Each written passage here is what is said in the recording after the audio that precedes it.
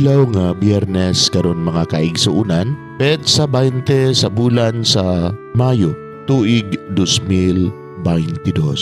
Ang pagbasa kinutlo gikan sa Ebanghelyo sumala ni San Juan, kapitulo 15, bersikulo 12 ngadto sa 17. Si Jesus mingon ngadto sa iyang mga tinun-an, "Kini mao ang akong sugo, paghigugmaay kamo, sama nga ako nahigugma kaninyo."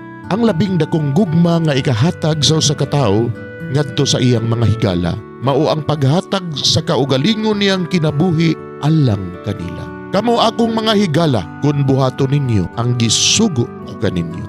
Dili ko na kamo tawgon nga mga sulugoon, kay ang sulugoon wala mahibalo sa gibuhat sa iyang agalon.